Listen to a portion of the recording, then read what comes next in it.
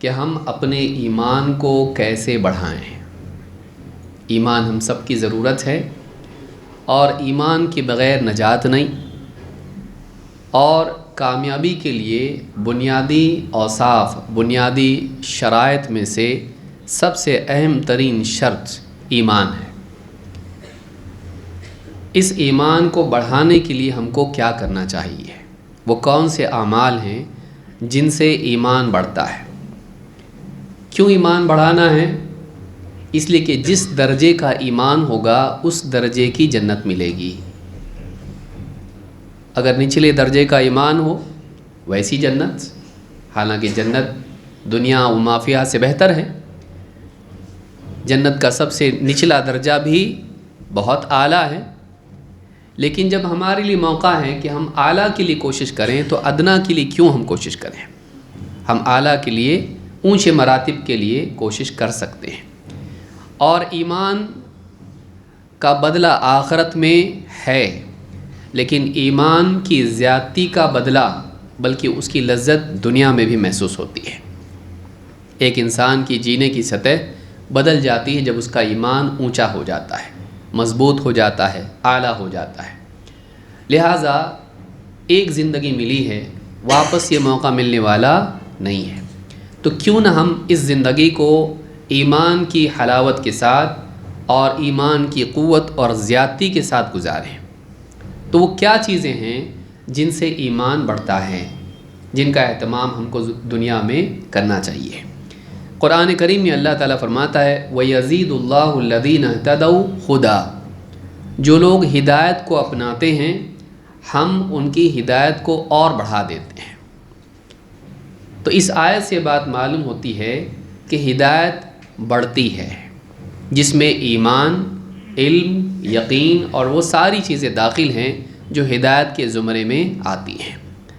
تو اس آیت سے بات سورہ مریم کی آیت نمبر 76 ہے، اور اسی سے علماء نے استدلال کیا ہے کہ ایمان بڑھتا ہے۔ شیخ عبد الرحمن بن ناصر السعدی رحمہ اللہ، جو شیخ ابن عثیمین رحمہ اللہ کے استاذ ہیں، انتقال ہوا ان کا، تو انہوں نے اپنی تفسیر میں یہ بات لکھی ہے، تفسیر سعدی میں، کہ اس آیت سے یہ دلیل ملتی ہے کہ ہدایت بڑھتی ہے، جس میں ایمان بھی شامل ہے۔ اس سے ایمان کے بڑھنے کی دلیل ہم لے سکتے ہیں۔ آئیے دیکھتے ہیں اس تعلق سے اصول کیا ہے۔ ابن تیمیہ رحمۃ اللہ علیہ اس تعلق سے فرماتے ہیں ایمان کے بڑھنے کی، کیا ایمان بڑھتا ہے، اس کی دلیل میں فرماتے ہیں، اس کے تعلق سے فرماتے ہیں وَمِنْ أُصُولِ أَهْلِ السُّنَّةِ أَنَّ الدِّينَ وَالْإِيمَانَ قَوْلٌ وَعَمَلٌ۔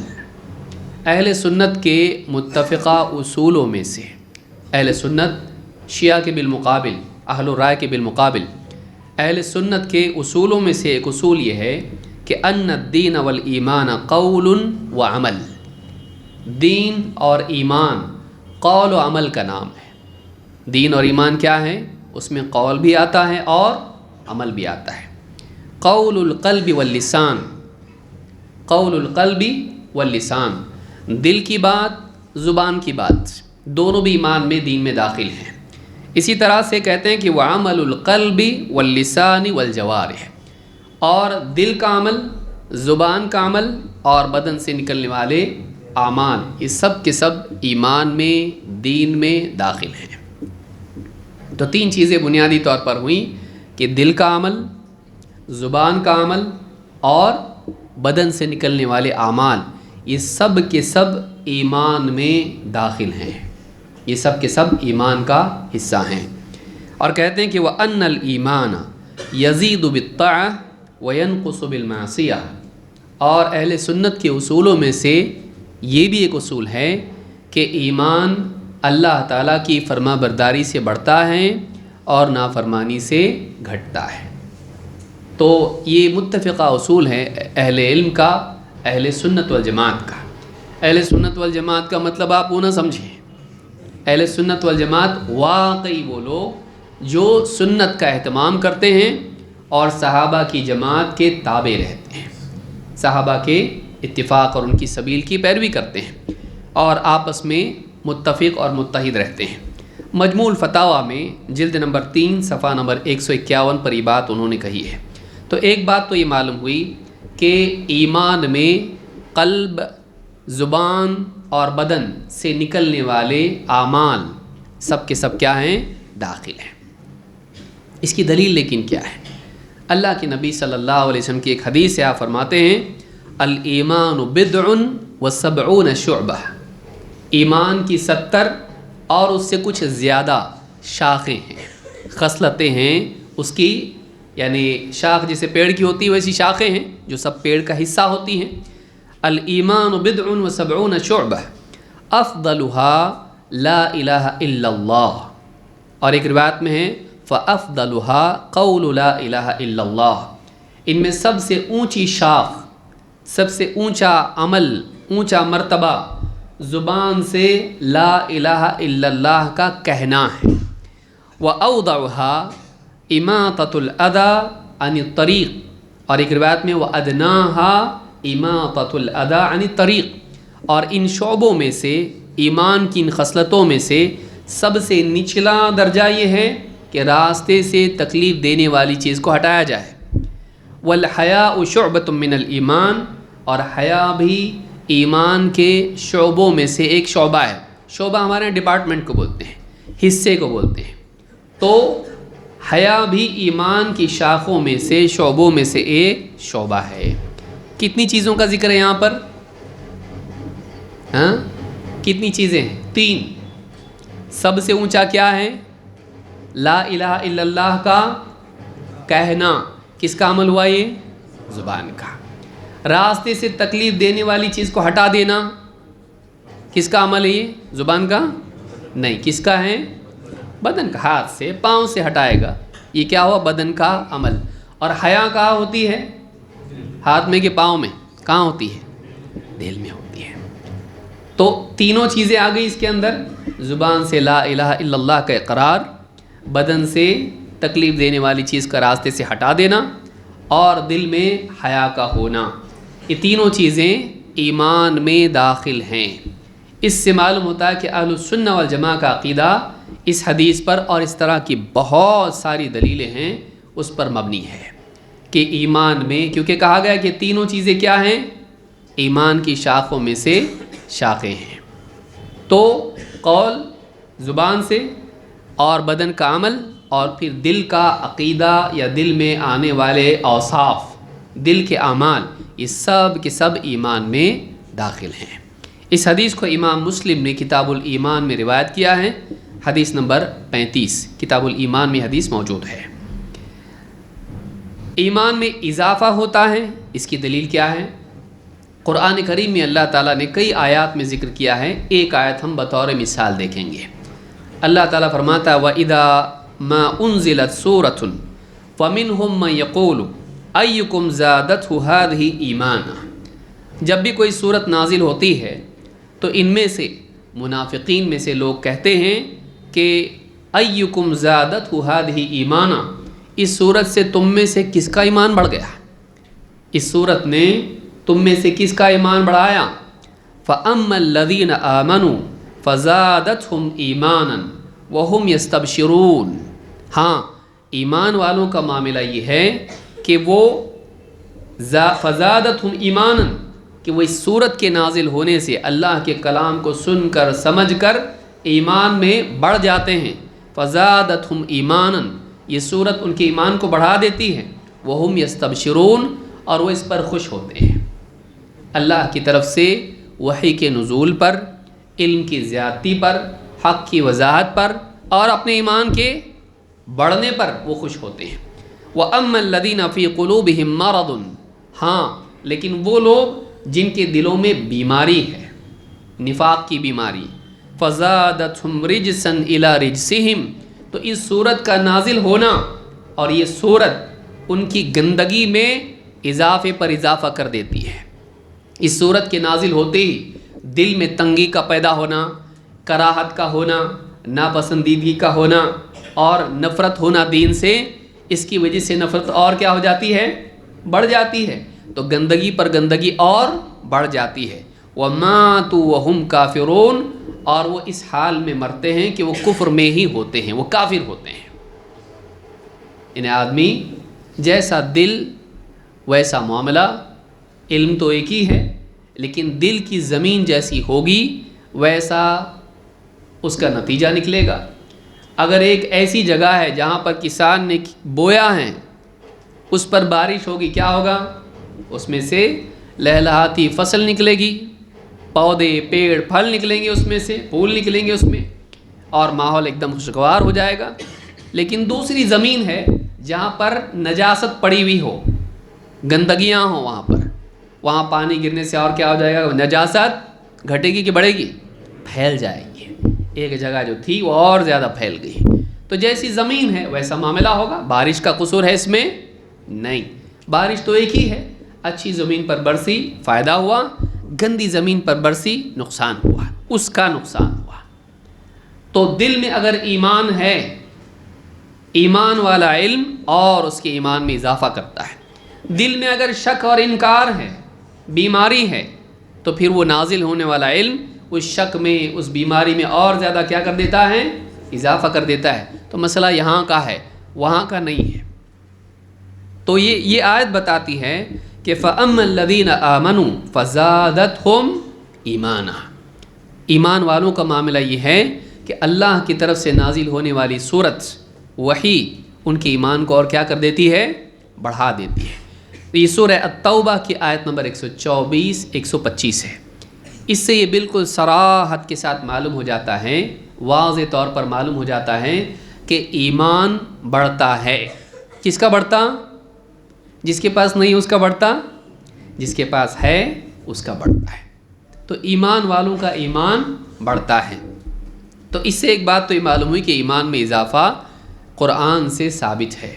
علماء نے کہا جب اضافہ ہوتا ہے تو کمی بھی ہوتی ہے، کہ جس میں اضافہ ہوتا ہے اپنے آپ ثابت ہوتا ہے کہ اس میں کمی ہوتی ہے۔ جس کی ایک دلیل یہ ہے کہ جہنم سے ہر اس شخص کو نکال لیا جائے گا جس کے دل میں درہم کے برابر، دینار کے برابر ایمان ہوگا۔ جہنم سے ہر اس شخص کو نکال دیا جائے گا جس کے دل میں ذرہ برابر ایمان ہوگا۔ سوال پیدا ہوتا ہے کہ یہ ایمان کا فرق کیسے ہوا؟ ایک کے دل میں دینار کے برابر، ایک کے دل میں یعنی ذرہ برابر، تو یہ فرق کیوں ہوا؟ گناہوں کی وجہ سے۔ معلوم ہوا کہ ایمان گھٹتا بھی ہے۔ وہ جہنم میں گیا کا مطلب گناہوں کی وجہ سے گیا، ایمان اتنا کم ہوا، کیوں؟ اس کے گناہوں کی وجہ سے۔ تو معلوم ہوا کہ گناہوں کا اثر کس پر پڑتا ہے؟ ایمان پر، اور اس سے ایمان گھٹتا ہے اور اس کی وجہ سے آدمی جہنم میں جاتا ہے۔ ہاں لیکن ایمان کے ہونے کی وجہ سے جہنم سے وہ ایک دن نکالا جائے گا۔ گناہوں کی وجہ سے آدمی کافر ہوتا نہیں۔ کچھ گناہ ایسے جن سے آدمی کافر ہو جاتا ہے، جانتے بوجھتے شرک کرنا، اللہ کی بات کا انکار کرنا، دین کا مذاق اڑانا، اور اس طرح کی جتنی چیزیں ہیں ان سے آدمی اسلام سے ہی نکل جاتا ہے۔ تو کچھ گناہ اسلام سے نکالنے والے بھی ہوتے ہیں، لیکن کیا ہر گناہ اسلام سے نکالتا ہے؟ نہیں۔ چوری ہو، شراب پینا ہو، یا اس طرح کے جو بھی گناہ ہیں، گناہ کے کرنے سے آدمی کافر نہیں ہوتا ہے۔ ہاں اس کو اگر اپنے لیے حلال کر لیں اب جا کے کافر ہوتا ہے۔ ایک آدمی شراب پیتا ہے کافر نہیں ہوگا، لیکن کیا مسئلہ ہے، اپنے پیسے سے خرید کے پیتا نا، تو پینے دو۔ اگر کوئی آدمی ایسا کہتا ہے کہ شراب پینے میں کیا برائی ہے، خواہ مخواہ اسلام میں یہ چیز حرام ہے، کوئی نقصان تو ہے نہیں اس کے اندر، تو اگر کوئی آدمی اس طرح سے کہے اور شراب کو حلال کر لے چاہے نہ پیے، تو ایسا آدمی کیا ہو گیا؟ اسلام سے خارج۔ کہ اللہ کی حرام کو اپنے لیے حلال کرنا یا کسی کے لیے حلال کرنا، یہ کیا ہے؟ یہ کفر ہے۔ آگے جا کے ہم ایک حدیث میں اس کو دیکھیں گے۔ بیٹھنے کی طاقت ہے؟ ہاں تمہیں پہلے ہی پوچھتے تو اچھا تھا، میں وہاں بیٹھتا باہر کے باہر جانے کے لیے۔ چلیے آئیے دیکھتے ہیں کہ ایمان کیسے بڑھتا ہے۔ نمبر 1، اللہ کے اسماء و صفات کا علم اور اس کی معرفت۔ ایک انسان کو اس کے پاس علم اگر ہے اور اللہ والا علم ہے تو اللہ تعالیٰ کے بارے میں جتنا وہ جانتا ہے اتنا اس کا ایمان یقین، توکل، محبت، خوف کی بنا پر بڑھتا چلا جاتا ہے۔ جیسے جیسے وہ دیکھتا ہے کہ اللہ تعالیٰ نے کتنے احسانات انسان پر کیے ہیں، اس کے دل میں اللہ کی محبت بڑھتی جاتی ہے۔ جب وہ اللہ کی عظمت کو جانتا ہے کہ اللہ کتنا قدرت والا ہے، کیسی قوموں کو اس نے سزا دی، جہنم میں کیسا معاملہ ہے، اور اللہ تعالیٰ بندے کے تمام امور پر کتنا قادر ہے، سنتا ہے، دیکھتا ہے، اس کے دل کے خیالات کو جانتا ہے، ساری چیزیں جب اللہ کی صفات اس کے سامنے آتی ہیں تو دل میں ڈر پیدا ہوتا ہے۔ اللہ کی مغفرت کے وعدے اور اللہ تعالیٰ کی پچھلی قوموں کے ساتھ رحم کا معاملہ یا قیامت کے دن بعض بندوں کے ساتھ خصوصی معاملہ جب جانتا ہے، امید پیدا ہوتی ہے۔ اس طرح سے محبت کے بڑھنے سے اور یقین اور توکل کے اور امید کے بڑھنے سے کیا بڑھتا ہے اس کا؟ جب حیا ایمان میں ہے تو یقین، توکل، یہ سب بھی کیا ہے؟ ایمان میں شامل ہے۔ ان کے بڑھنے سے ایمان بھی کیا بڑھ جاتا ہے؟ ایمان بھی بڑھ جاتا ہے۔ تو سب سے پہلی چیز اللہ کا علم، اللہ کے بارے میں علم، یہ انسان کے ایمان کو بڑھاتا ہے۔ جیسے جیسے علم بڑھتا ہے ایمان بھی بڑھتا جاتا ہے، اس کے دل پر اثرات ہوتے ہیں۔ اسی لیے اللہ رب العالمین نے خشیت کو علم والوں کے ساتھ جوڑا ہے۔ اللہ نے فرمایا سورہ فاطر آیت نمبر 28، اللہ فرماتا ہے انما یخشی اللہ من عبادہ العلماء، انما یخشی اللہ من عبادہ العلماء، اللہ سے اس کے بندوں میں ڈرنے والے وہی ہیں جو علم والے ہیں، علماء ہیں۔ یعنی معلوم یہ ہوا کہ اللہ کی خشیت اور علم کا ایک رشتہ ہے۔ تو ایک انسان جتنا اللہ کو جانتا ہے، اللہ کی قدرت کو، اس کے علم کو اور اس کے فیصلوں کو جتنا جانتا ہے، اللہ کی پکڑ کو جتنا جانتا ہے، اس کے دل میں اللہ کا کیا پیدا ہوتا ہے؟ خوف۔ تو ایمان بڑھتا ہے کیسے؟ جیسے جیسے اللہ کے بارے میں بندہ جانتا ہے۔ اللہ کے نبی صلی اللہ علیہ وسلم فرماتے ہیں لا یزال الناس یتساءلون، لوگ ہمیشہ آپس میں پوچھتے رہیں گے، ایک دوسرے سے سوال کرتے رہیں گے، حتی یقال ھذا خلق اللہ یا ھذا خلق اللہ الخلق فمن خلق اللہ، لوگ بار بار پوچھتے رہیں گے، یہاں تک کہ یہ بھی پوچھنے لگیں گے کہ یہ سب اللہ نے پیدا کیا ہے، تو بتاؤ کہ اللہ کو کس نے پیدا کیا؟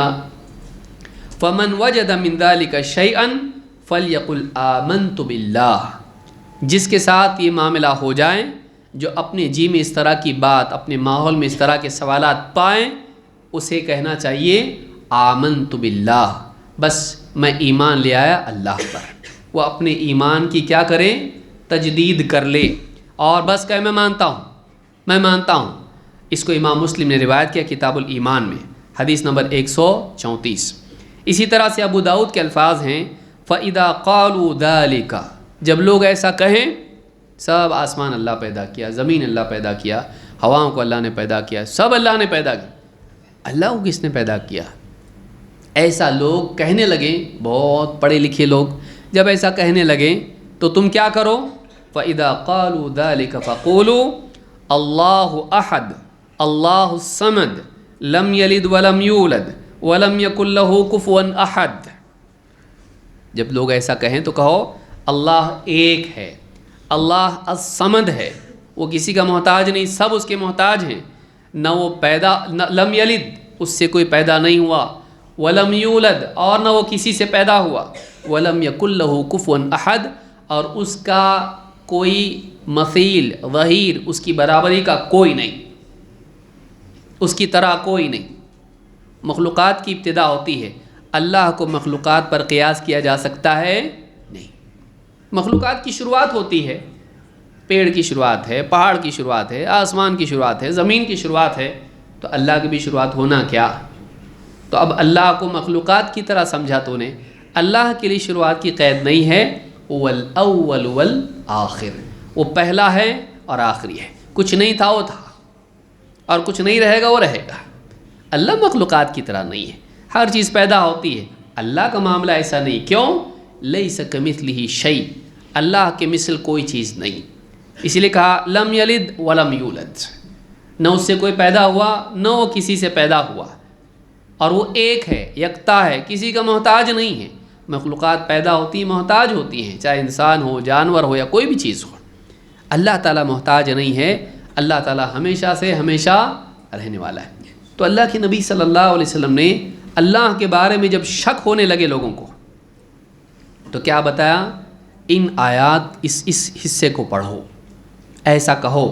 تو یہ اللہ کی صفات کی معرفت اگر آدمی کو نہیں ہوگی تو آدمی بول کے بھی فائدہ ہے کچھ نہیں ہے۔ اس کو سمجھتا ہو کہ میں کیا کہہ رہا ہوں، کہ وہ یکتا ہیں، اس کی جیسا کوئی نہیں، وہ صمد ہے، کسی کا محتاج نہیں، سب اس کے محتاج ہیں، اور نہ اس سے کوئی پیدا ہوا نہ وہ کسی سے پیدا ہوا، اس کی شروعات نہیں جسے دوسرے پیدا ہوتے کہ وہ بھی پیدا ہو، نہیں، اور نہیں باقی پیدا ہوتے نا، ہاں وَلَمْ يَكُنْ لَهُ كُفُوًا أَحَدٌ، اس کی برابری کا کوئی نہیں ہے، اس جیسا کوئی نہیں ہے۔ یہ یقین رکھنا انسان کو اس بیماری سے بچائے گا۔ لیکن اس کے بعد بھی ایک کام ہے، ثُمَّ لِيَدْخُلْ عَنْ يَسَارِهِ ثَلَاثًا، بائیں طرف 3 بار تھتکار دے، اس طرح سے 3 بار تھتکار دے، وَلْيَسْتَعِذْ مِنَ الشَّيْطَانِ، اور اللہ تعالیٰ کی پناہ مانگے شیطان کے مقابلے میں، شیطان سے بچنے کے لیے اللہ سے استعاذہ کرے، پناہ مانگے، کیونکہ یہ سارا کہاں سے آ رہا ہے؟ سورس اس کا کون ہے؟ اصل گڑبڑ کرنے والا کون ہے؟ شیطان، ان کو بھی کام پہ لگایا شیطان، تو یہ وہاں سے آیا ہے۔ تو اس حدیث کو امام ابو داؤد نے روایت کیا ہے، سنن ابی داؤد، حدیث نمبر 4722، اور حدیث حسن ہے۔ اس سے بات معلوم ہے کہ جتنا انسان اللہ کو جانتا ہوگا اتنا وسوسوں کے دور میں اس کی کیفیات اس کے دل میں اگر پیدا ہونے لگے تو اس معرفت سے اس سے بچ سکتا ہے۔ اللہ کو اگر پہچانتا ہے تو اس سے ایمان کی حفاظت ہوتی ہے، وسوسوں سے حفاظت ہوتی ہے، اور ایمان محفوظ رہتا ہے۔ نمبر 2، اللہ اور اس کے رسول صلی اللہ علیہ وسلم کے فیصلے کو یا اللہ اور اس کے رسول کو ما سوا پر مقدم رکھنا، اللہ اور اس کے رسول سے بڑھ کے کسی کو نہیں ماننا، اللہ اور اس کے رسول سے بڑھ کے کسی کی بات کو اہمیت نہیں دینا، تو یہ مزاج ایمان کو بڑھاتا ہے، ایمان کی لذت انسان کو محسوس ہوتی ہے۔ اللہ تعالیٰ قرآن کریم میں فرماتا ہے فَلَا وَرَبِّكَ لَا يُؤْمِنُونَ حَتَّى يُحَكِّمُوكَ فِي مَا شَجَرَ بَيْنَهُمْ ثُمَّ لَا يَجِدُوا فِي أَنفُسِهِمْ حَرَجًا مِّمَّا قَضَيْتَ وَيُسَلِّمُوا تَسْلِيمًا، نہیں، ہرگز نہیں، آپ کے رب کی قسم وہ ایمان والے نہیں ہو سکتے جب تک کہ اپنے آپسی اختلافات میں آپ کو حکم تسلیم نہ کر لیں، آپ کو جج نہ مان لیں۔ ثُمَّ لَا يَجِدُوا فِي أَنفُسِهِمْ حَرَجًا مِّمَّا قَضَيْتَ، پھر آپ ان کے آپس کے اختلاف میں جو بھی فیصلہ کر دیں اس سے اپنے جی میں کوئی حرج نہ پائیں، تنگی نہ پائیں۔ وَيُسَلِّمُوا تَسْلِيمًا، اور آپ کے فیصلے کو پوری طرح قبول کر لیں۔ 3 کام جب تک کہ نہیں کرتے ایمان والے ہو ہی نہیں سکتے۔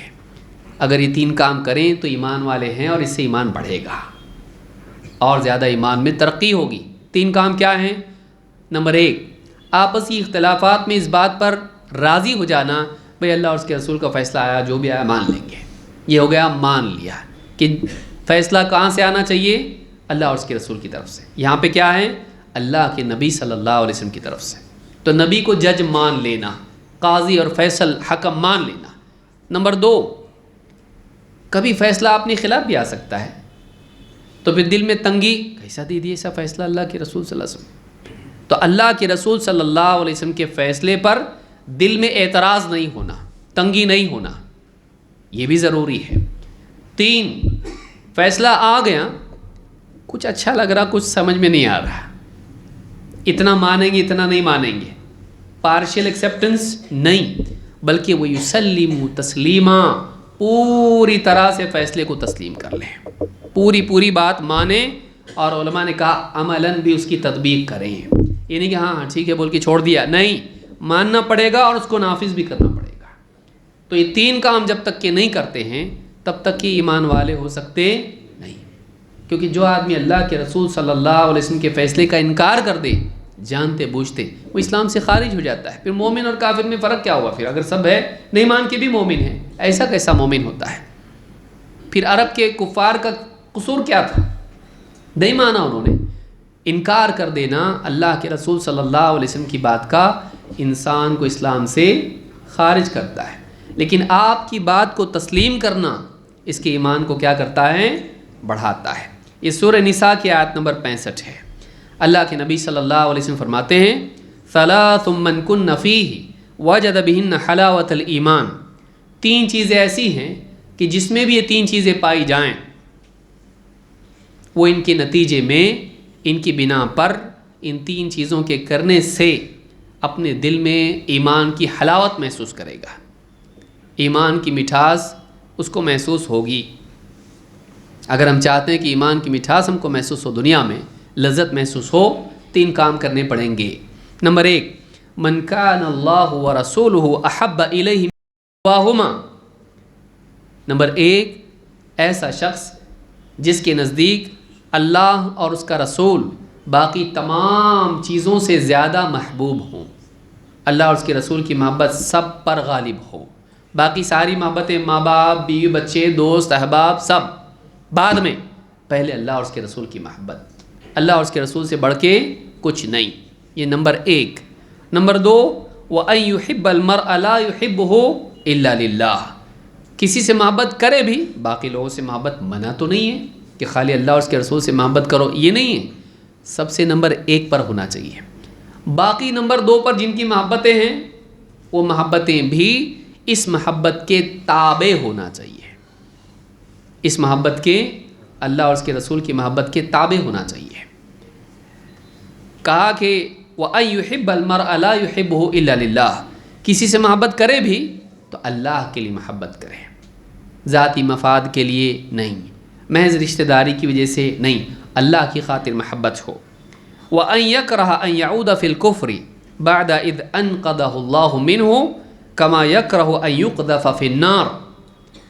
جہنم میں جانا، کفر میں جانا اسے اتنا سخت ناپسندیدہ ہو جیسے آگ میں پھینکا جانا۔ کفر سے بچانے کے بعد اللہ نے بچا لیا اس کو، کافر گھر میں پیدا نہیں ہوا، یا کفر میں تھا اسلام میں آ گیا،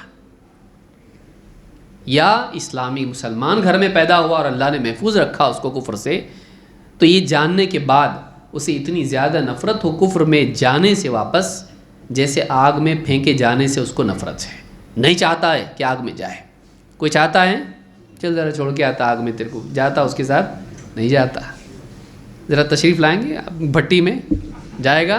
نہیں۔ تو جتنا 4 آدمی ہاتھ پاؤں پکڑ کے بھی کریں گے تو پوری طاقت لگا دے گا بچنے کے لیے، ایسا ہی طاقت اس نے لگانا چاہیے کفر سے بچنے کے لیے، اتنا زیادہ اس کو ناپسند ہو کہ کسی قیمت پر وہ نہیں جائے گا۔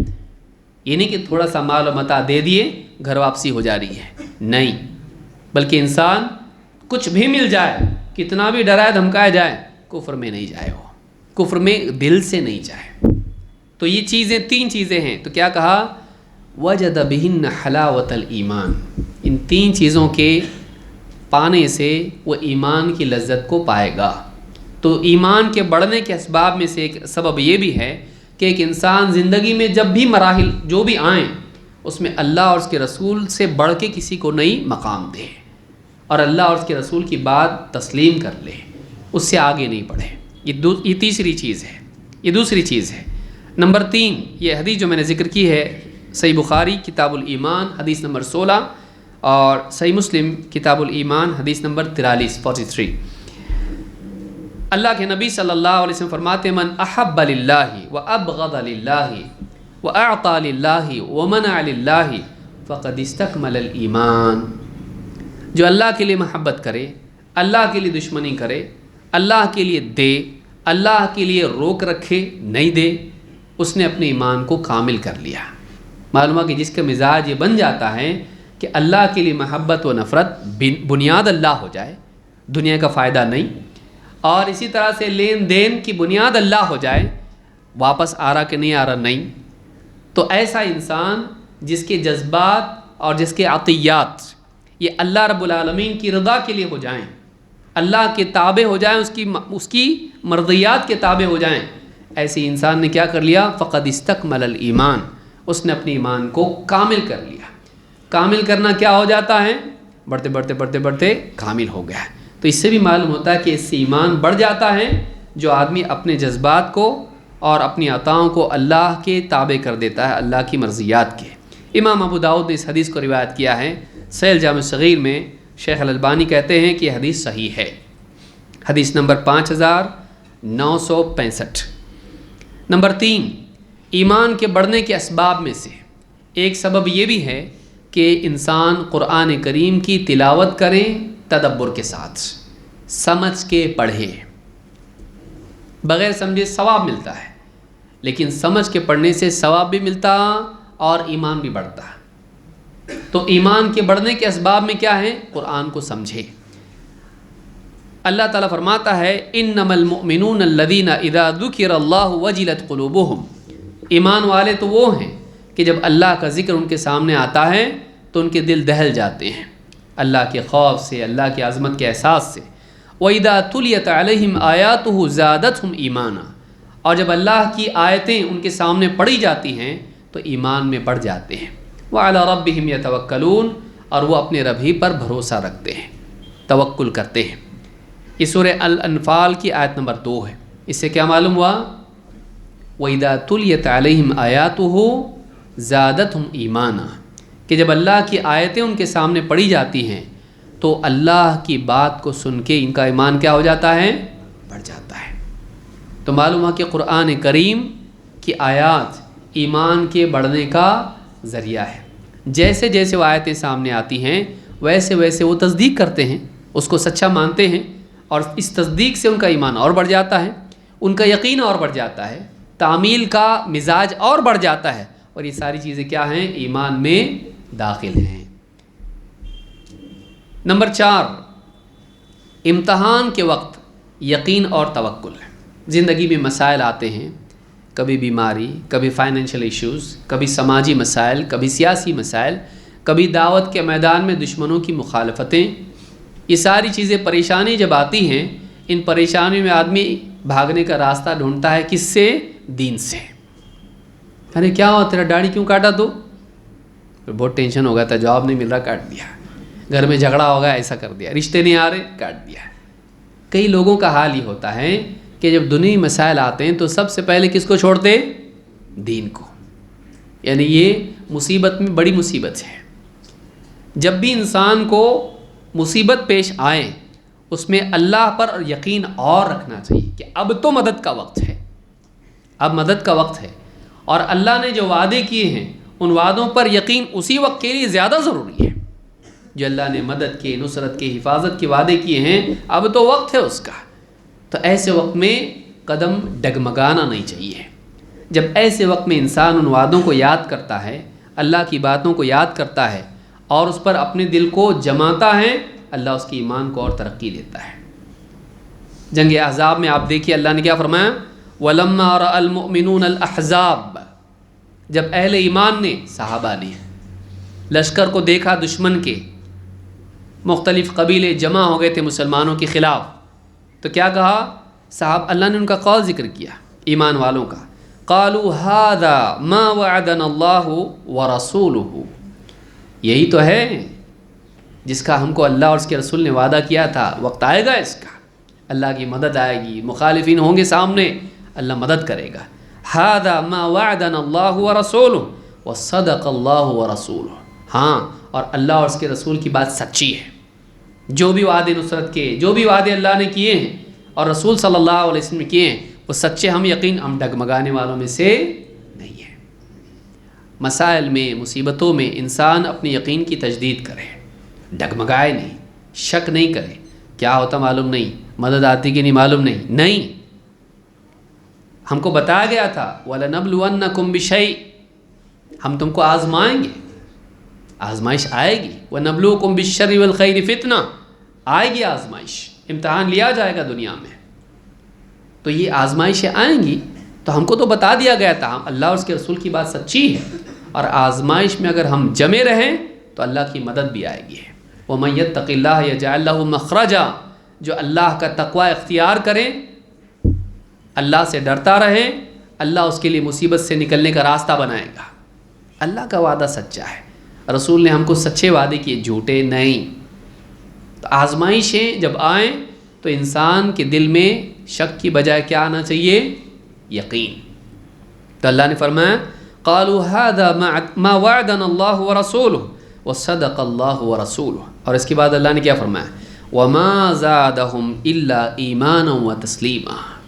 ان حالات میں اہل ایمان دو چیزوں میں بڑھ گئے، ان حالات کے آنے نے اور اس تصدیق نے، وما زادہم الا ایمانا وتسلیما، اس نے ان کے ایمان اور فرما برداری کی مزاج ہی میں اضافہ کیا۔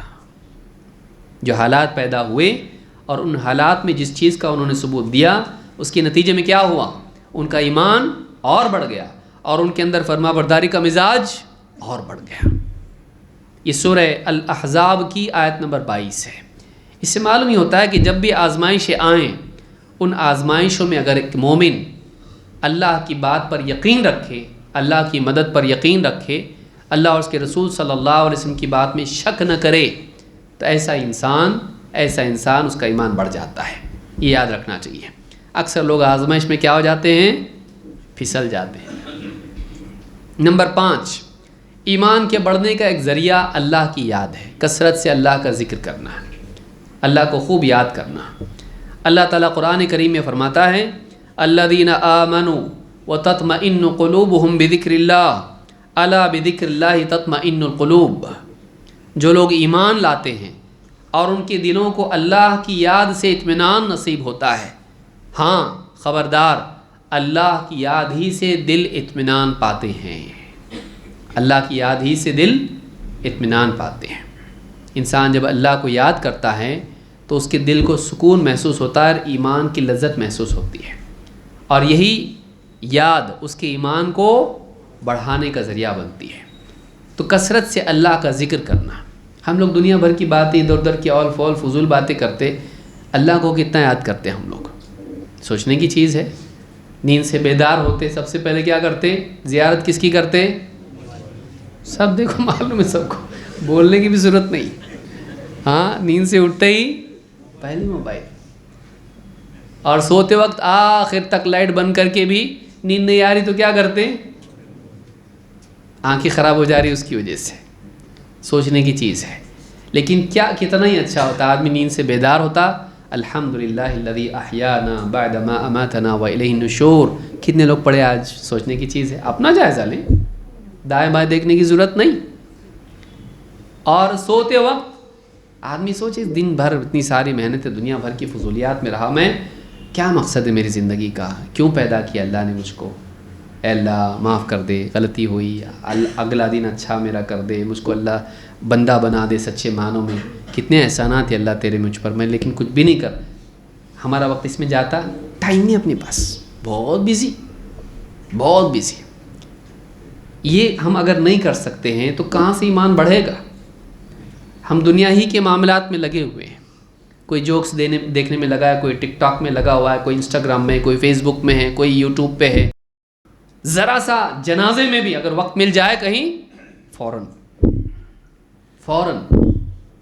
تو ہر وقت آدمی اس میں لگا ہوا ہے۔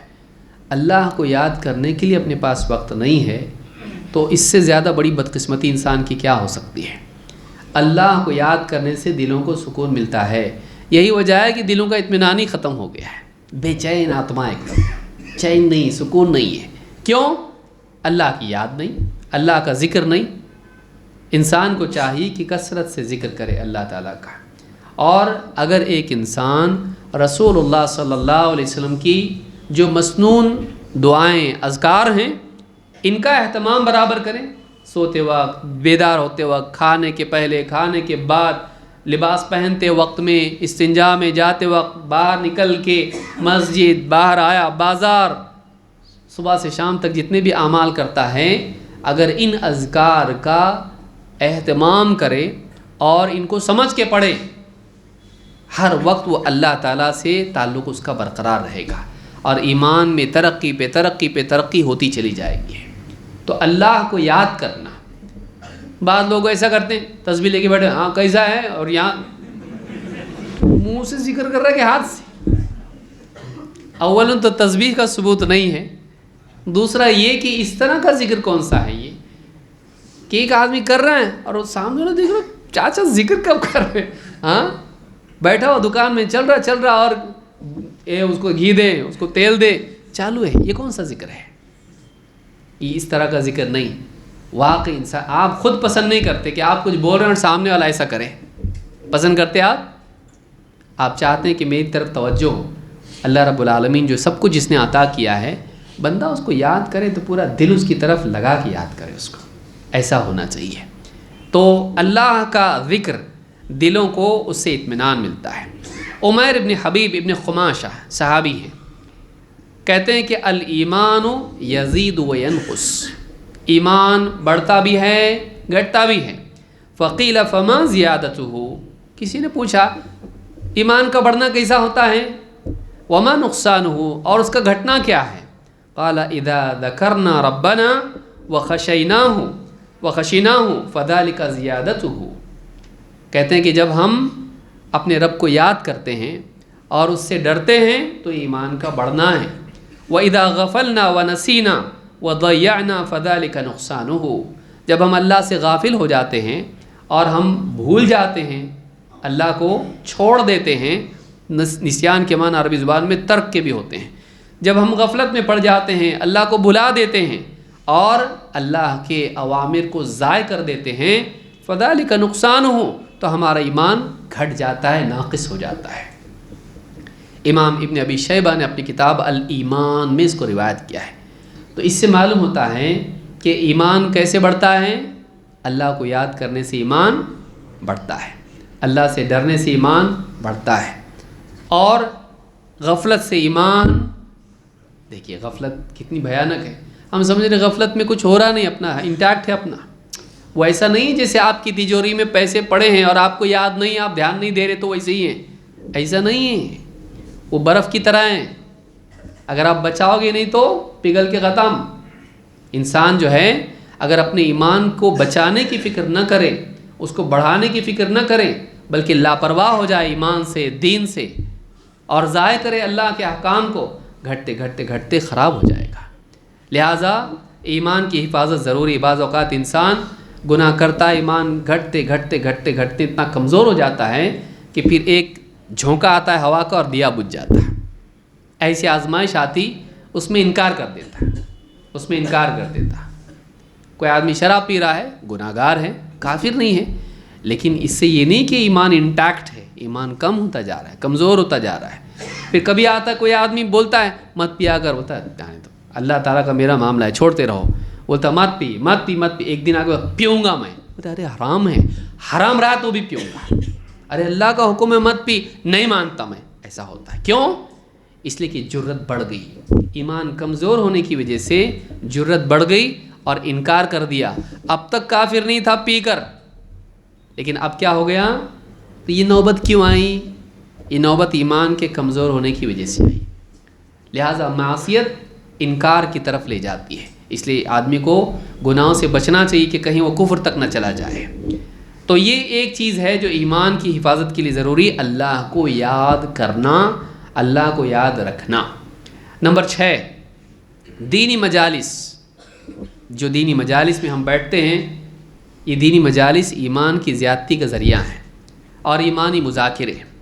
اسود ابن ہلال کہتے ہیں کان معاذ بن جبل رضی اللہ تعالیٰ عنہ، کان معاذ یقول للرجل من اخوانہ، حضرت معاذ اپنے ساتھیوں سے کہتے تھے اجلس بنا فلنؤمن ساعۃ،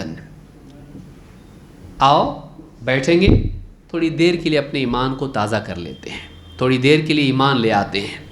فیجلسان فیذکران اللہ ویحمدانہ، تو لوگ بیٹھتے اور اللہ کو یاد کرتے، اللہ تعالیٰ کی نعمتوں پر اس کی حمد و ثنا کرتے ہیں۔ تو ایمان لانا وہ کس کو قرار دے رہے ہیں؟ بیٹھ کے اللہ کا ذکر کیا جائے، اللہ کے بارے میں تذکرہ کیا جائے، اللہ کی نعمتوں کا ذکر کیا جائے۔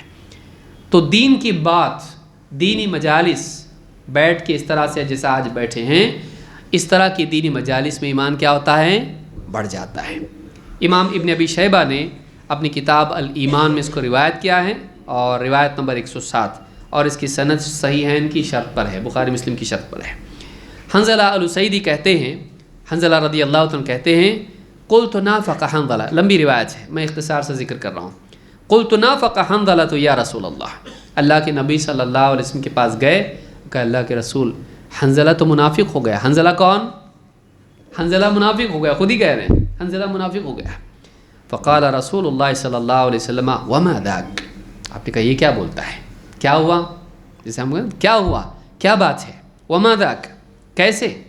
قلت یا رسول اللہ نکون عندک تذکرنا بالنار والجنة حتی کأنا رأی عین، کہ اللہ کے رسول بات یہ ہے کہ جب ہم آپ کے پاس ہوتے ہیں آپ ہم کو نصیحت کرتے ہیں، جہنم کے بارے میں ڈراتے ہیں، جنت کے بارے میں بتاتے ہیں، تو ایسا لگتا ہے گویا کہ اپنی آنکھوں سے ہم دیکھ رہے ہیں جنت جہنم کو۔ فَإِذَا خَرَجْنَا مِنْ عِنْدِكَ، لیکن آپ کے پاس سے جب نکل کے چلے جاتے ہیں، عَافَسْنَا الْأَزْوَاجَ وَالْأَوْلَادَ وَالضَّيْعَاتِ نَسِينَا كَثِيرًا، ہم اپنے بیوی بچوں میں، اپنی تجارتوں میں، اپنی پراپرٹی میں کھو جاتے ہیں، اولاد میں کھو جاتے ہیں اور سب بھول جاتے ہیں، اس میں سے باتیں بہت ذہن سے نکل جاتی ہیں۔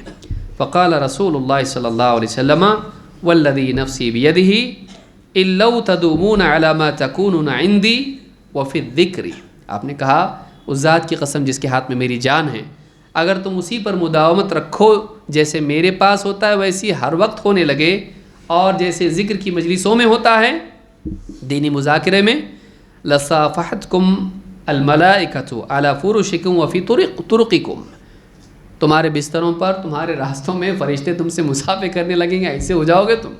ہر وقت نہیں ہوتا ایسا۔ ولیکن یا حنظلہ ساعۃ وساعۃ ساعۃ وساعۃ ساعۃ وساعۃ، لیکن اے حنظلہ کبھی کبھی کبھی کبھی کبھی کبھی، یعنی ہر وقت ایسی کنڈیشن رہے گی نہیں۔ ایمان ایک دم اوپر چلا گیا، جمعہ کے خطبے میں ہوتا نا، ہاں، لیکن باہر جاتے گھر پہ تو کیا بنا، ہاں کھچڑا بنا کہ نہیں بنا، گھر پہ جا کے بھول جاتا آدمی، پھر موبائل میں بھی لگ گیا، دوستوں کے ساتھ باتوں میں لگ گیا، نہ جانے کتنی خرافات میں چلا گیا۔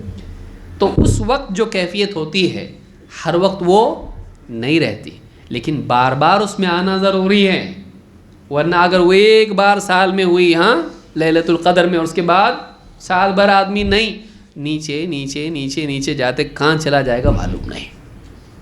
لیکن صحابی کیا کہہ رہے ہیں کہ اللہ کے رسول جب آپ کی مجلس میں ہم ہوتے ہیں تو کیا ہوتا ہے، آپ نصیحت جب کرتے ہیں ایسا لگتا ہے یہ اپنی آنکھ سے ہم جنت جہنم کو دیکھ رہے ہیں۔ یہ جو کیفیت ہے ایمان کے گھٹنے کی وجہ سے کہ بڑھنے کی وجہ سے، لیکن پھر چلے جاتے گھر میں تو واپس وہ کیفیت رہتی نہیں۔ معلوم ہے کہ دینی مجالس میں آدمی کے ایمان کی کیفیت کیا ہو جاتی ہے، تو ایسا اچھا ہے کہ برا ہے، اچھا ہے۔ اس لیے ہم کو کیا کرنا چاہیے، دینی مجالس میں آنا چاہیے۔ دینی مجالس میں دوستوں کے ساتھ ہم لوگ بیٹھیں گے 2-2 گھنٹے لنگی بنین پہن کے باہر پان کی دکان پہ بیٹھتے نا، ایران نے ایسا کرا، ہاں انڈونیشیا نے ایسا کیا، سعودی عرب ایسا کیوں کر رہا سمجھ میں نہیں آ رہا، یہاں سے حملہ کرنا مانگتا، یہ جنرل بیوی پہ حملہ کرنے آتا ہے، اس کو بیوی سے ہمیشہ ہار رہا جنگ، جو بولے ہاں جو بولے ویسا کرنے کے لیے تیار ہے، کمانڈر تو یہ ہے اس کی۔ بیوی سے جو جنگ جیت نہیں سکتا ہے وہ عالمی ورلڈ وار پہ ڈسکس کر رہا، سوچو، بیوی تو دور کی بات ہے، بچوں سے نہیں جیت پا رہا، کیا ہوا ہے اس کو، بولے تو بول رہا برتھ ڈے منانے کا میرے کو، نہیں نہیں ہاں نہیں کرتے کرتے بولتے جان چلی اس بار آگے سے نہیں، ہار گیا نا بچہ، خوشی خوشی ابو مانتے میری بات، ایسا ہے حال۔ یہ تو اتنا کمزور ہی ہے کہ اپنی بات منوا نہیں سکتا ہے۔ کیوں نہیں منوا سکتا ہے، یہ خود رب کی مانتا نہیں، اس لیے سب کو اس کی مانتا نہیں ہے۔ یہ اپنے رب کی نہیں مانتا، اس کی نحوست کیا ہے، اس کی کوئی نہیں مانتا، اس کے اثرات اس کے گھر میں دکھائی دے۔ سلف بولتے ہیں بعض اوقات میرے سے کوئی سی غلطی ہو جاتی، میں اس کے اثرات بیوی بچوں میں دیکھتا ہوں، آدمی کی ہیبت اتر جاتی ہے۔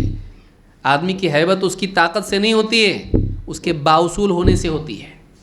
ڈسپلن آدمی کا ڈر رہتا، لیکن کتنا بھی طاقت ہو، بیوی بولتی جاؤ باہر دکھاؤ طاقت، جاؤ مسجد میں جا کے بیٹھو، یا ہم کو مت دکھاؤ، کیس کر دوں گی، نہیں تو پولیس مار پیٹ کی سیدھا کر دیں گے تم کو۔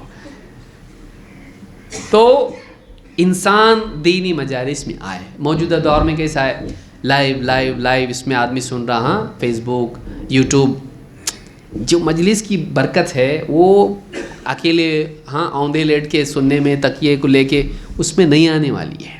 اس کا اپنا ایک فائدہ ہے، انکار نہیں ہے، لیکن اس کا جو فائدہ ہے وہ اس میں نہیں ہے، اس کا جو فائدہ اس میں نہیں ہے۔ دینی مجالس میں آنا چاہیے۔ نمبر 7، اللہ کی مخلوقات میں غور کرنا اور اللہ کے احسانات کو یاد کرنا۔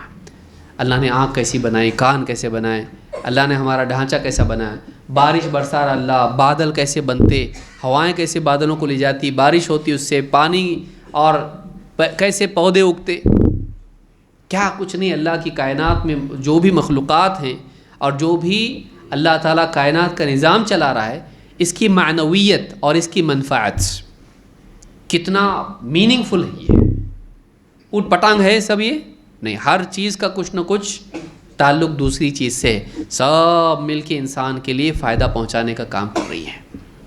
کیسا قانون اللہ نے بنایا، کیسا انسان کے لیے اس میں خیر کا پہلو ہے. اس پہ غور کر کے اللہ کی عظمت، اللہ کا علم اور اس کی حکمت، اللہ کی رحمت، اس کو سوچ کے آدمی کا ایمان بڑھ جاتا ہے. آنکھ دیکھو آپ، موبائل کو زوم کرنا مشکل ہے، آٹومیٹک بھی رہا تو ٹھیک سے نہیں ہوتا. لائیو والے لگاتے موبائل کیسا ہوتا آٹومیٹک زوم والا، دھڑکن کی ایسا چلتے رہتا ہو. ہاں کر کے دیکھو. موبائل فون جو ہے آٹو فوکس ہے، اس میں اس کا آنکھ کو دیکھ کے وہ بنایا ہوا ہے سارا کیمرہ، لیکن وہ بھی کیسا ہے، جھٹکا کھاتا پھر واپس سے پھر فوکس کرتا، سٹیبل نہیں رہتا. آنکھ ہوتی اسی، آپ نزدیک کی چیز کو دیکھو کتنا ٹائم لگتا اور پھر دور کی اپنے آپ. لیکن وہ کیا ہے، وہ ٹیشو ہیں، وہ یعنی گوشت ہے، گوشت ایڈجسٹ ہو رہا اور مشین ایڈجسٹ نہیں ہو رہی. سوچی کیسا ہے.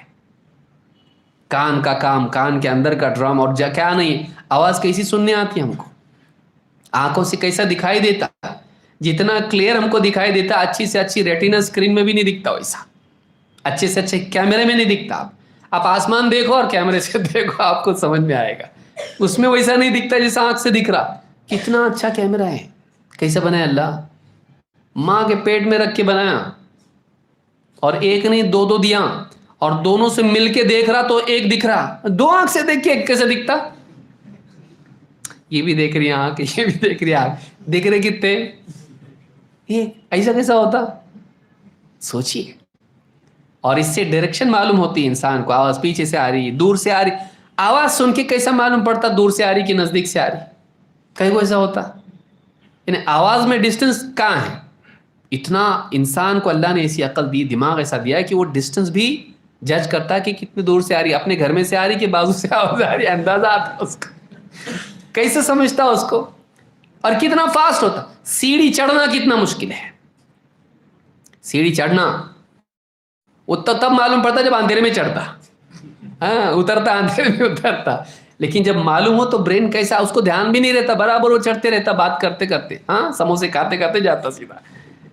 اندازہ اس کو کتنا برین کام کر رہا ہوتا بیک گراؤنڈ میں، لیکن آپ کو اندازہ نہیں اس کا. کیسے بنایا اللہ تعالیٰ نے، اتنے زمانے میں محنت کر کے اب یہ کمپیوٹر روبوٹ بنایا ان لوگوں نے، اور اس کا ڈیمو دیے، بولے دیکھو یہ روبوٹ سیڑھی چڑھ سکتا ہے. ماشاءاللہ ہمارا گڈو کرتا ہے ایسا، تو بھاگتے جاتا ہو بھاگتے آتا، یہ روبوٹ پاؤں رکھ رہا، ایک کے اوپر ایک رکھ کے جا رہا. اللہ نے کیسا بنایا، الذی خلقک فسواک فعدلک، جس نے انسان کو یعنی تخلیق اس کی اس کے اندر ٹھیک ٹھاک اس کو بنایا، اس میں عدل پیدا کیا، بیلنس بنایا اس کو. تو یہ اللہ ہے. جب اللہ کی مخلوقات میں غور کرتا ہے تو اللہ تعالیٰ کی عظمت کا احساس آ کے ایمان بڑھ جاتا ہے. یہ بھی بہت بڑی چیز ہے. اللہ تعالیٰ قرآن کریم میں فرماتا ہے وَفِي الْأَرْضِ آيَاتٌ لِّلْمُوقِنِينَ وَفِي أَنفُسِكُمْ أَفَلَا تُبْصِرُونَ. وَفِي الْأَرْضِ آيَاتٌ لِّلْمُوقِنِينَ، زمین میں نشانیاں ہیں یقین کرنے والوں کے لیے. وَفِي أَنفُسِكُمْ، اور خود تمہارے اندر اللہ کی نشانیاں ہیں. أَفَلَا تُبْصِرُونَ، تم دیکھتے نہیں. معلوم ہے کہ یعنی نشانیاں ہیں، ان نشانیوں کو دیکھ کے کیا بڑھے گا، انسان کا ایمان بڑھے گا. تو یہ سورہ الذاریات کی آیت نمبر 20-21 ہے. اس سے معلوم ہوتا ہے کہ اللہ کی نشانیاں سب طرف پھیلی ہوئی ہیں. ایک انسان کو چاہیے کہ ان میں کیا کرے، غور کرے، اس سے ایمان بڑھتا ہے. عامر ابن عبد قیس کہتے ہیں سمعت غیر واحد ولا اثنین ولا ثلاثة من اصحاب النبی صلی اللہ علیہ وسلم، ایک نہیں، دو نہیں، تین نہیں، بلکہ میں نے کئی صحابہ سے بات سنی ہے. کیا کہتے تھے، یقولون ان ضیاء الایمان او نور الایمان التفکر. صحابہ کیا کہتے تھے کہ انسان کے ایمان کی روشنی، اس کے ایمان کا نور غور و فکر کرنا ہے. اللہ کی مخلوقات میں غور و فکر کرنے سے کیا ہوتا ہے، ایمان میں نور اور ضیاء، اس کی روشنی پیدا ہوتی ہے. تو ایمان بڑھنے کے لیے کیا کرنا چاہیے، غور و فکر کرنا چاہیے، اپنی زندگی میں غور کرنا چاہیے، اپنے جسم میں، اپنے باہر ساری مخلوقات ہیں، ان میں غور کرنا چاہیے کہ کتنی حکمت ہے اللہ کی، کتنی قدرت ہے اللہ کی، جو اللہ نے سب کو بنایا ہے۔ ابن کثیر نے اس کو اپنی تفسیر میں ذکر کیا ہے۔ نمبر 8، علم پر عمل کرنے سے بھی ایمان بڑھتا ہے۔ جتنا ہم جانتے ہیں اس پہ جب ہم عمل کرتے ہیں تو اس سے کیا بڑھتا ہے؟ ایمان بڑھتا ہے۔ عدی ابن عدی کہتے ہیں کتب الی عمر ابن عبدالعزیز، میرے پاس عمر ابن عبدالعزیز رحمہ اللہ نے خط لکھا۔ کیا لکھا اس میں؟ اما بعد فإن للإیمان فرائض وشرائع وحدودا وسننا، یاد رکھو ایمان کے کچھ فرائض ہیں، کچھ شرائع ہیں، کچھ حدود ہیں، کچھ سنن ہیں۔ ایمان میں کیا کیا آتا ہے؟ فرائض جن کا اللہ نے حکم دیا پورا کرو، شرائع عقائد ہیں جن کو مانو، وحدوداً کچھ چیزیں منع کی ہیں ان سے بچو، وسنناً کچھ چیزیں سنن و مستحبات ہیں، کرے تو بہت اچھا، نہیں کرے تو گناہ نہیں۔ تو ایمان میں فرائض ہیں، حدود ہیں، شرائع ہیں اور سنن ہیں، عقائد ہیں، کرو ہے مت کرو ہے اور کرے تو اچھا، اس طرح کی ساری چیزیں کس میں داخل ہیں؟ ایمان میں۔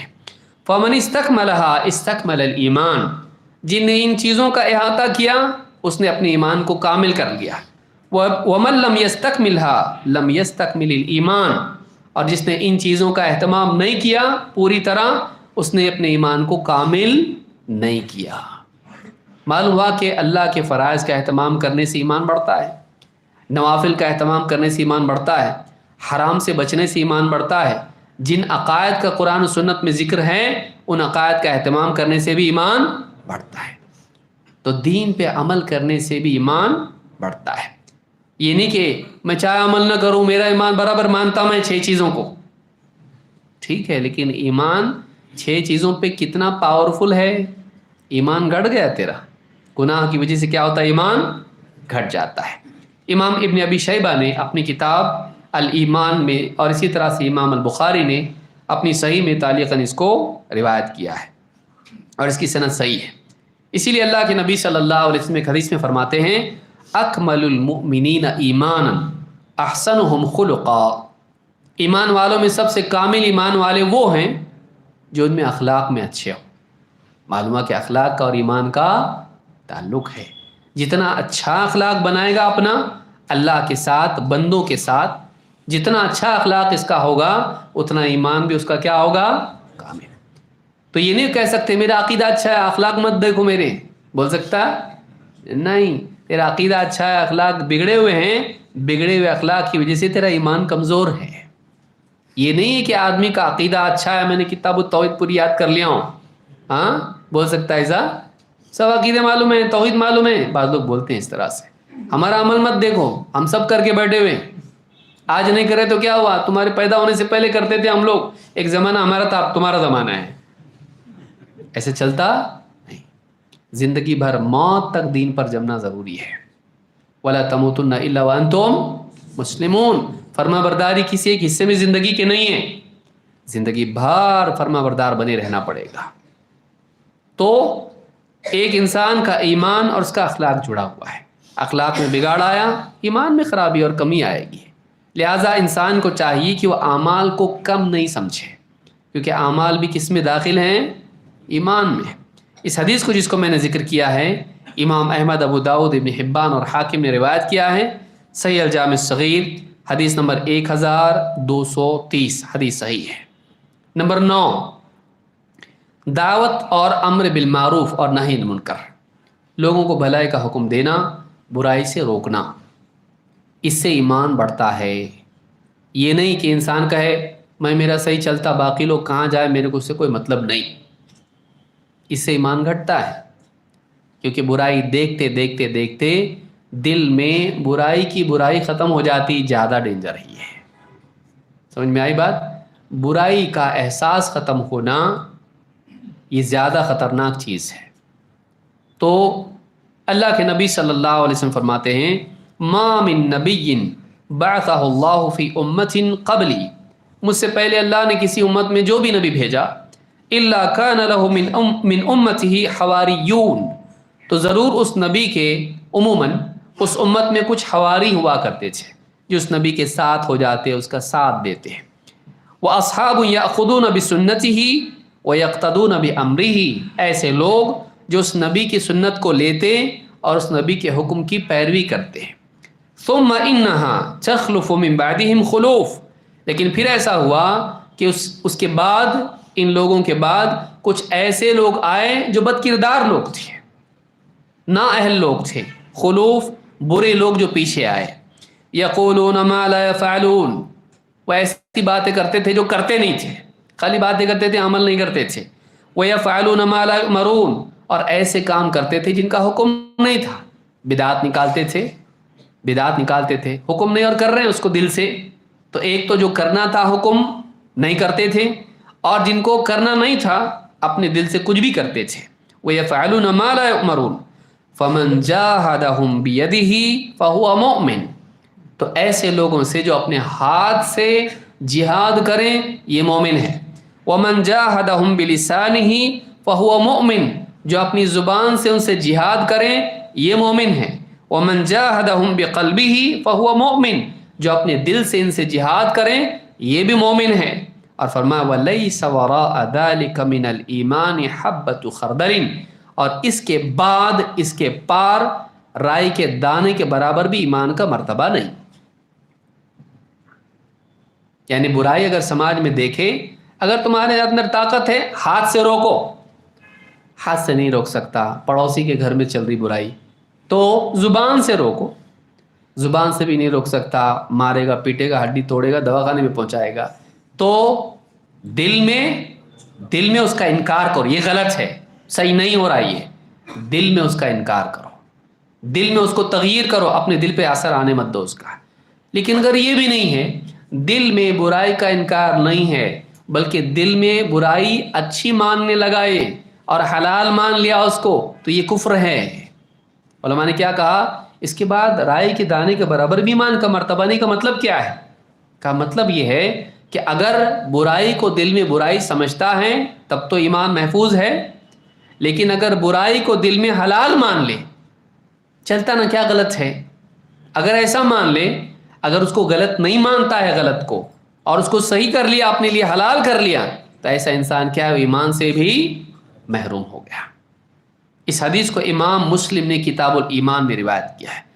تو اس سے معلوم ہی ہوتا ہے کہ جو آدمی برائی کا انکار نہیں کرتا ہے اس کے ایمان پر کیا ہوتا ہے، اثر پڑتا ہے، اور اگر انکار کرتا ہے تو ایمان اس کا بڑھ جاتا ہے. جیسا کہ حدیث میں آیا ہے کہ جب کسی منکر کو آدمی دیکھے اور اس کا انکار کرے، دل اس پر راضی نہ ہو، تو اس کے دل پر سفید نقطہ لگتا ہے، اور اگر اس کو انکار نہ کریں تو اس پر کیا لگتا ہے، کالا دھبا لگ جاتا ہے.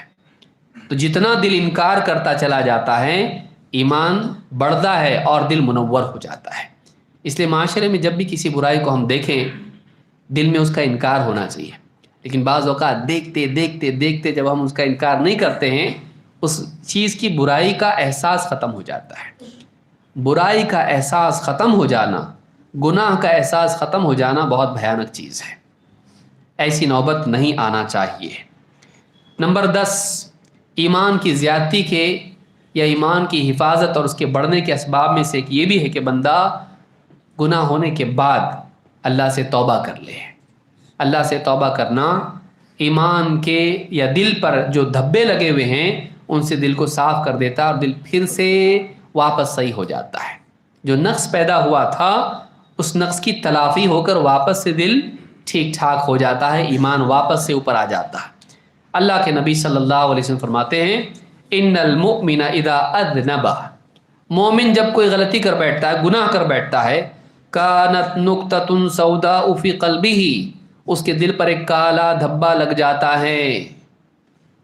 گناہ کا اثر کہاں ہوتا ہے؟ دل پر کالا دھبا لگتا ہے. فَإِن تَابَ وَنَزَعَ وَاسْتَغْفَرَ، 3 کام گناہ ہونے کے بعد اگر وہ توبہ کریں، لوٹ آئیں حق کی طرف، تقوی کی طرف، وَنَزَعَ اس گناہ کو چھوڑ دے، اور وَاسْتَغْفَرَ اور استغفار کرے، ماضی کی غلطی پر اللہ سے مغفرت طلب کرے. حال میں لوٹ آئیں، ماضی کی اعتبار سے اس غلطی پر استغفار کریں اور اس گناہ کو کیا کریں؟ چھوڑ دے. تو